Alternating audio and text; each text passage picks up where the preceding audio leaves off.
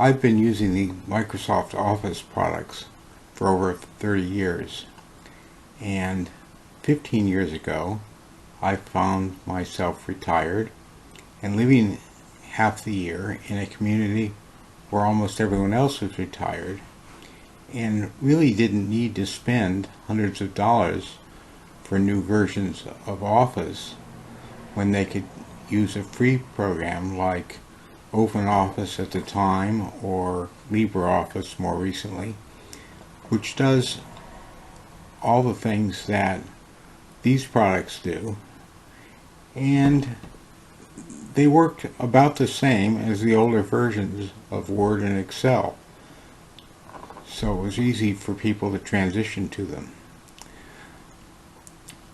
More recently, Microsoft has come out with a plan where you subscribe to Office instead of buying it, and I still ignored it until I realized that for the price of $100 a year you got a terabyte of cloud storage.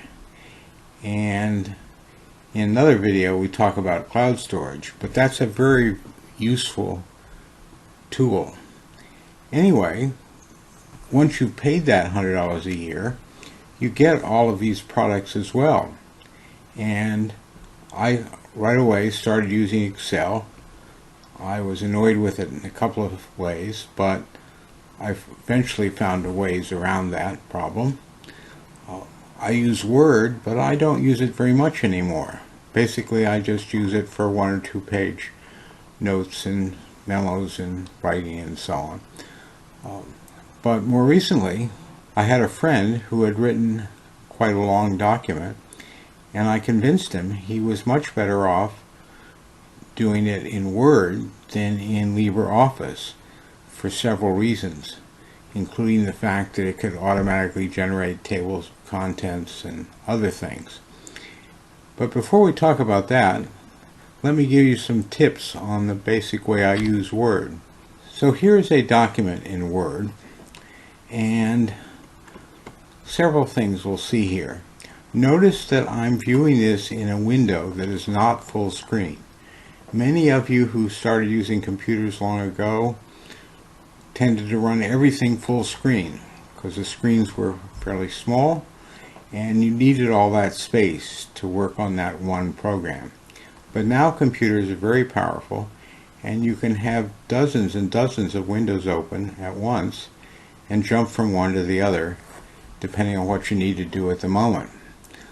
So I like to keep Word documents in a window sort of the shape of a piece of paper, as we see here.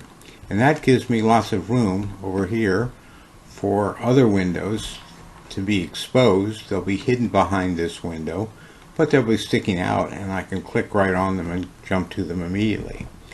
Now, my desktop computer has 3 monitors, so I have room for lots and lots of windows to be open. But if you only have 1 monitor, I recommend still working in Windows mode, but keeping the windows sized appropriately for the task that you're doing. Anyway, here's Word, and the first thing we'll look at is down here at the bottom. You see we're currently viewing this document at 100%, and we can move this little slider. Notice every time I touch here I have to touch twice. If I'm not on that document I have to touch once, and then I can do whatever I want to do without touching a second time. Anyway, I can use the slider. I can also click right here, and that allows me to jump to any scale. Like I can jump to 100%, and I say OK, and there I am at 100% again. If I click here again, I have some other interesting choices. One is page width. Page width goes so the whole page fits here, but the page including the margins. Another choice you have is text width, and text width gives you the text the width of your window, and if you just move this over a little bit, you can see all of the text. That's a nice way to view it. The text is quite large, making it easy to read and work on. Now, the third choice we saw there was whole page, and that lets you see the entire piece of paper, which may be nice if you're trying to fit something to that piece of paper. And I have another video where we show playing around trying to fit this document to that page. Anyway, let's look at some other things. Up here at the top, well, first of all, on this line, we have customized buttons. This is called the task ribbon or something. I'm not sure. We'll look at the name in a second. And we can customize this ribbon and put on it the various things we use a lot. And I haven't customized the Word ribbon nearly as much as I've customized the Excel ribbon. Let's look at my Excel spreadsheet. I've added lots of icons up here which let me do the things I do most often with a single click. Now, you might think you customize it by right-clicking here, but that's not the answer. To customize either the Excel or Word ribbon or any of the others, you go to File, Options, and down here, look at Quick Access Toolbar. That's what that's called. This is the Quick Access Toolbar. And you can customize it. And this is what I have on the toolbar currently. And I can add all kinds of other things. And this is just a list of popular commands. You can add all commands, and that gives you huge numbers of commands you can put up there. So anything you do frequently, add it to that quick access toolbar, and then it's really easy to get to.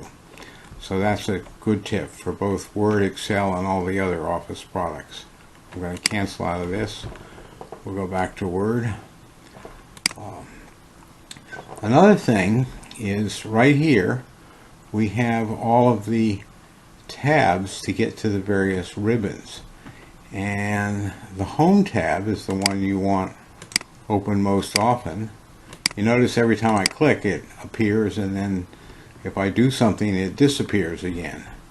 So for example, if I change something to bold, it disappears after I click. Because these ribbons are so useful, I recommend you keep them open all the time. And to do that, you click on one of them, and then you go to this little pin, and this pins the ribbon. And watch what happens when I pin it. It causes the document to jump down a bit because we don't have this space up at the top anymore. But now, this ribbon is always open. In addition to information about the font we're using and all the characteristics of that font, including the font size, the paragraph spacing, whether it's centered, etc. One of the things that I find most useful in the Home tab are the styles. And we're not seeing the sample styles I normally see. I think that's because the window is a little too narrow. So if I spread this out a bit, now I have 3 styles showing. If I spread it some more, I'll get 4 or 5. So this is a case where you might want to go with a little wider window. And remember, go back down here, click here. We can go to something like 150% and be able to see our text quite nicely. Now, my cursor is in this paragraph, which means because this is highlighted, it's a normal paragraph, and all of these paragraphs are normal. As we click on each one, that stays highlighted. And if we want to change one, all we have to do is click here on the paragraph, click on the style we want to change it to. Notice I didn't even have to click. If I go over a style, It shows us that style, but it doesn't change it. By clicking on the style, it changes it. In another video, we'll explore in more detail the normal template and how it can help us format this document and how we modify the normal template. For now, I hope you've learned some tips that will make using these products easier, and we'll see you later.